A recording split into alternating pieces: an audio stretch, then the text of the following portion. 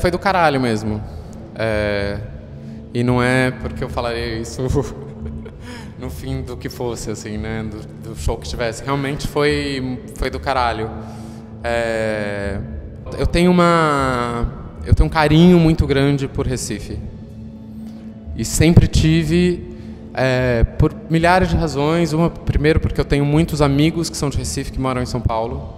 Praticamente 60% dos meus amigos mais próximos são recifenses.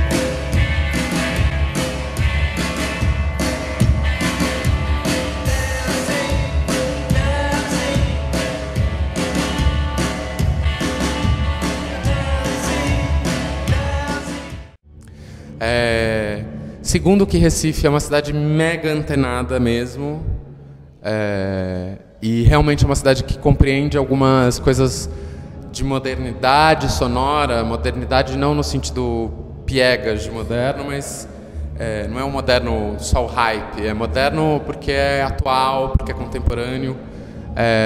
E terceiro, porque Recife tem uma cultura particular de Recife, que é um manancial de potência criativa absurda, assim, né? De cinema, do Heitor Dália, de escrita. Quando eu vim em 2009 no Coquetel Molotov, eu vim com uma expectativa muito grande e querendo conquistar Recife como Recife tinha me conquistado, assim. E aconteceu uma coisa muito engraçada, porque era o meu primeiro festival, eu tinha acabado de começar a trabalhar com música, e eu vim com a Thier, a gente faria um show metade-metade. E o show começou atrasado e a gente teve que terminar o show antes do tempo previsto. E a Thier não sabia disso e eu soube disso quando eu ia entrar. Eu era a segunda parte do show e quando eu ia entrar, a Thier já tinha falado durante o show pra caralho, assim. E eu ia entrar e aí me falaram: Thiago, você tem 10 minutos. Eu falei: quê? Eu tenho 10 minutos? Então eu entrei no palco assim, arrasado, na frente de 3.000 pessoas, 4.000, sei lá quantas pessoas tinham naquele teatro. E pra mim foi muito frustrante, foi uma coisa muito pesada até, assim. Mas que, enfim, são essas coisas que, na verdade, são as mais importantes, porque fazem a gente crescer de algum jeito.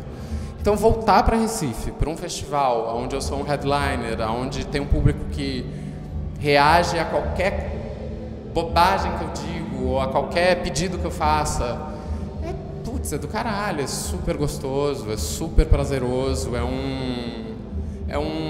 uma recompensa e um sinal de que eu cresci também, assim, de que eu aprendi alguma coisa, de que valeu a pena passar por um perrengue para aprender uma lição, assim, né? Então acho que tem esse significado todo para mim.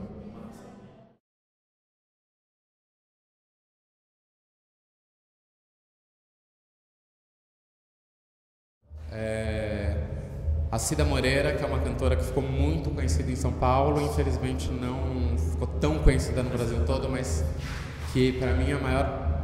Ela é a monstra da música brasileira, pra mim. Da música brasileira eu nem diria, da música, porque ela é um fenômeno, assim. Todas as vezes que eu vi essa mulher eu fiquei embasbacado, a gente virou grandes amigos, eu pretendo que ela grave comigo uma música no próximo trabalho. Eu tenho essa... É uma espécie... Eu sinto que eu tenho uma vocação para permitir que alguns acasos me guiem, assim.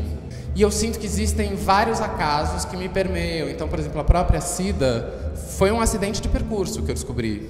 porque eu chamei o Hélio Flanders, de quem eu era muito fã, para participar de um show na época que eu fazia o EP. E o Hélio me falou, vamos fazer uma música do Brecht e do Kurt Weill, que era um autor, o Brecht, um autor de teatro dos anos 30, que foi a minha formação no teatro foi com peças do Bertolt Brecht. Eu aprendi a cantar cantando as peças dele. E a gente fez Surabaya Johnny, que é uma música sobre uma menina de 16 anos que é abandonada por um marinheiro nessa ilha que chama Surabaya. E essa era uma música que eu não conhecia particularmente porque, enfim, era uma música que as atrizes cantavam e eu precisava buscar uma versão em português da música. E aí eu fui procurar, de cara, Cida Moreira fazendo uma versão. Surabaya, Johnny, não me trate assim. Surabaya, Johnny, meu amor não tem fim. Surabaya, Johnny, sou tão infeliz, amando assim, meu Johnny, que não chora por mim. Falei, nossa, essa mulher é um absurdo. Eu fiquei completamente... E essa descoberta de resgatar o Brecht, de resgatar a Cida, para mim foi o que norteou o meu trabalho no Berlim, Texas, por exemplo. Como eu tenho 1000 acidentes de coisas que me inspiram, como, por exemplo, na época em que eu entendi a Malu Magalhães. Falei, meu, a Malu Magalhães está fazendo um troço super do caralho, que impressionante, que coisa. E são coisas que acabam me guiando de algum jeito. Então eu tenho muita identificação com muitas coisas, na verdade.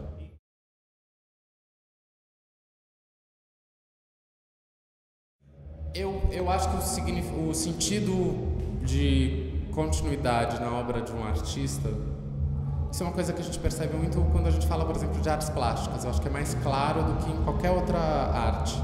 Talvez porque a arte plástica seja uma arte absolutamente conceitual, isso fica claro quando você nota a trajetória de um artista. O sentido do artista é sempre dialogar com o agora, assim. Então, minha motivação sempre isso é uma coisa que eu demorei para entender, na verdade. Quando eu comecei, há 4 anos atrás, a trabalhar com música, eu olhei uma cena de música que estava acontecendo e falei, vou fazer isso daqui como resposta ao que está acontecendo. Porque senão, qual o sentido? Tipo, você não dialoga com o mundo, você é um blá blá blá sem retorno. Então, por exemplo, eu há 4 anos atrás sinto, pela dificuldade que eu tive na época, que eu estava abrindo um mercado.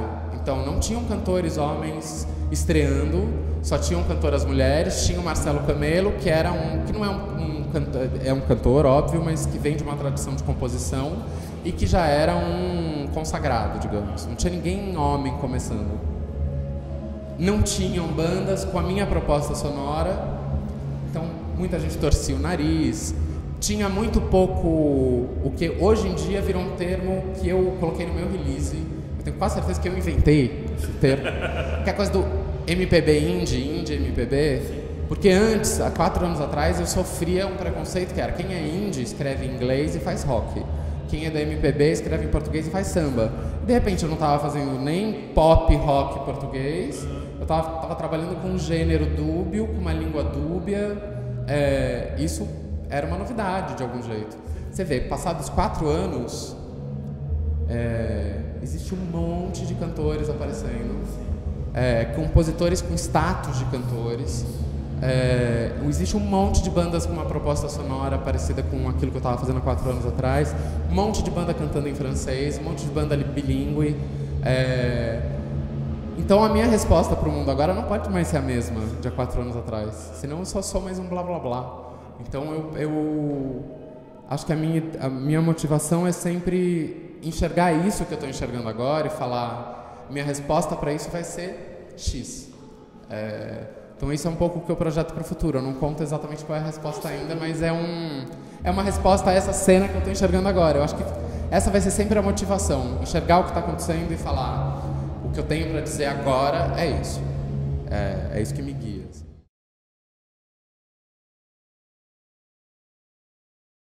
Eu hoje em dia sou lido como uma banda pop e como um produto de mercado. Isso há 4 anos atrás era tipo, não, esse cara não vai dar em nada, esse cara, isso que você tá fazendo, você precisa achar um gênero. Você não pode cantar em francês, não tem público para isso. Então você vê, assim, é muito engraçado. Eu criei um disco que é o Berlin, Texas, que há 2 anos atrás era um antiproduto, porque é um disco que foi gravado de um jeito propositalmente cheio de rasuras, cheio de erros, cheio de ruídos. E que é um disco mega vazio de sonoridade, que não toca no rádio, porque não cabe. Ele foi pensado como um antiproduto. E você vê, passados 2 anos depois desse disco, ele é um produtão, entendeu? Ele virou porque todas as bandas estão investindo no mesmo lugar. Então é muito engraçado isso, assim.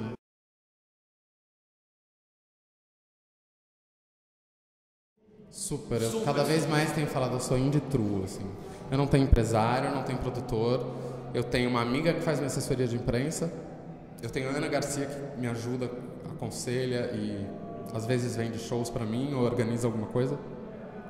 Mas basicamente eu sempre fiz tudo e eu ganhei algum destaque até hoje, nesses 4 anos, porque eu levantei minha bunda da cadeira e falei, bichão, o mundo é esse. E isso pra mim é muito difícil. Eu, por exemplo, há 2 meses atrás, no fim do ano passado, eu cancelei uma série de shows, eu entrei numa super depressão. Não digo nem exatamente uma depressão, mas era uma estafa de tanto que eu tive que levantar de energia na vida para fazer coisas. E isso foi aí que eu me dei conta do quanto, na verdade, quanto para mim é importante ser independente. O quanto eu me sinto bem não tendo dinheiro, tendo meu dinheiro para pagar o meu trabalho. Porque eu sinto que eu posso fazer o que eu bem entender. Tipo, não é que eu vou ganhar eu adoraria ganhar um incentivo do Estado, um patrocínio do não sei o quê. É óbvio que tudo isso é muito mais fácil. E se isso pintar, eu certamente vou topar, porque, enfim, dinheiro todo mundo, né? Ninguém recusa. Mas o quanto... é engraçado, porque eu digo isso, mas no fundo eu não me inscrevo em nenhuma lei, em nenhum edital. Às vezes a Ana me fala, abriu o edital, não sei o que, eu falo, legal. E quando eu vejo, eu já me sabotei nesse sentido. E aí eu percebi, me dei conta disso, de que eu me saboto, porque eu não quero ninguém dizendo, ele tá fazendo isso, ele devia estar fazendo aquilo, ou o que as pessoas julgam que é a cultura, que cada um acha que é a cultura, que tem que levar um incentivo, porque essa é a cultura que...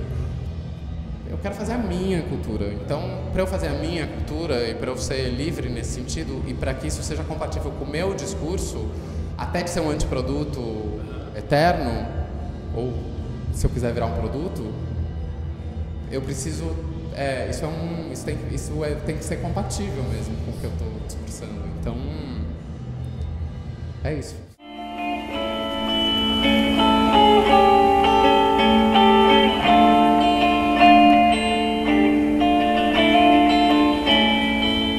Nos meus sonhos eu fujo,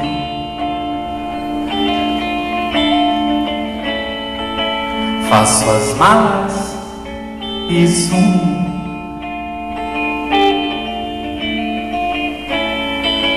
Vou andando devagar